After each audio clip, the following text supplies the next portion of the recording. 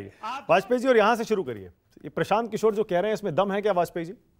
4-5 राज्यों में बीजेपी बहुत जबरदस्त सुधार करने वाली है इस बार अपने प्रदर्शन में।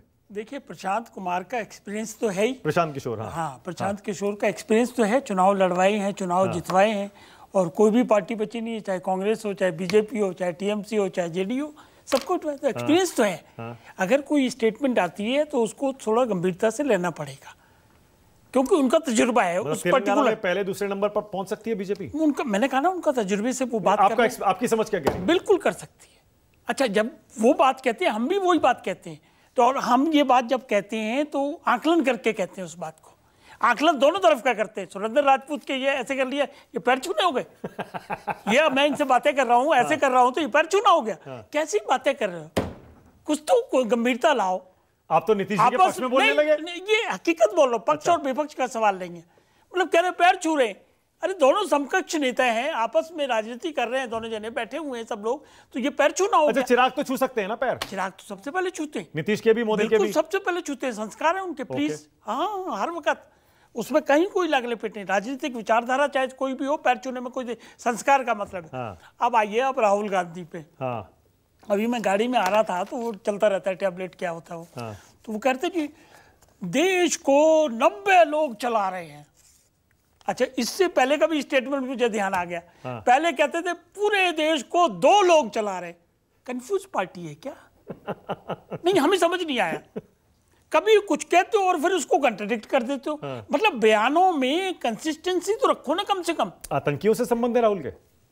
आतंकियों से संबंध है ये मैं कैसे कह सकता हूं? बीजेपी कह रही है। बीजेपी ने क्या कहा? नहीं कहा। बीजेपी ने स्टेटमेंट ऐसा, पीएफआई से संबंध है। पीएफआई आतंकी संगठन है ना। हाँ, तो पीएफआई से संबंध है। अगर अलायंस करते हैं, ये एसडीपीआई से भी किया इन्होंने, खाली पीएफआई से नहीं, एसडीपीआई से मेरी जानकारी है कि एसडीपीआई का भी समर्थन लिया है। वो तो कह रहे हैं जेल भेजेंगे वाजपेयी जी, सोच लीजिए आपको जेल भेज देंगे। इनका मैनिफेस्टो पढ़ो, पहले एक सेकंड, इनका मैनिफेस्टो पढ़ो। मैनिफेस्टो में इन्होंने लिखा है कि डिफेमेशन को डीक्रिमिनलाइजेशन करेंगे। क्या करें? आप भी कंफ्यूज हो क्या? यही हम कह रहे हैं कि ये कंफ्यूज लोग हैं, मतलब जेल नहीं भेज पाएंगे। खुद ही कह रहे हैं तो मैनिफेस्टो में कि हम इसको एक्ट से हटा देंगे। आतंकियों से संबंध होना डिफेमेशन का केस नहीं है, राष्ट्रद्रोह का केस। अरे राष्ट्रद्रोह का केस नहीं है। जो कोई आपको कह रहा है तो आपका डिफेमेशन है पहले वो। नहीं, अरे और वकील है वाजपेयी, क्या बातें कर रहे हो आप? चलिए छोड़िए, लड़ोगे हमारा मुकदमा। अरे हम आपका भी लड़ेंगे, सबका लड़ेंगे। देखिए, हम ये कह रहे हैं कि एक तरफ मोदी इतना टॉल लीडर बना हुआ है विश्व में पूरा, और ये राहुल गांधी कैसी स्टेटमेंट दे रहे हैं कंफ्यूज करने। चुनाव चल रहा है, एक एक चीज पकड़ी जाएगी। एक लूज बॉल जो फेंकोगे आप, वो हम उसमें सिक्सर मारेंगे, ये तय मान के चलिए आप।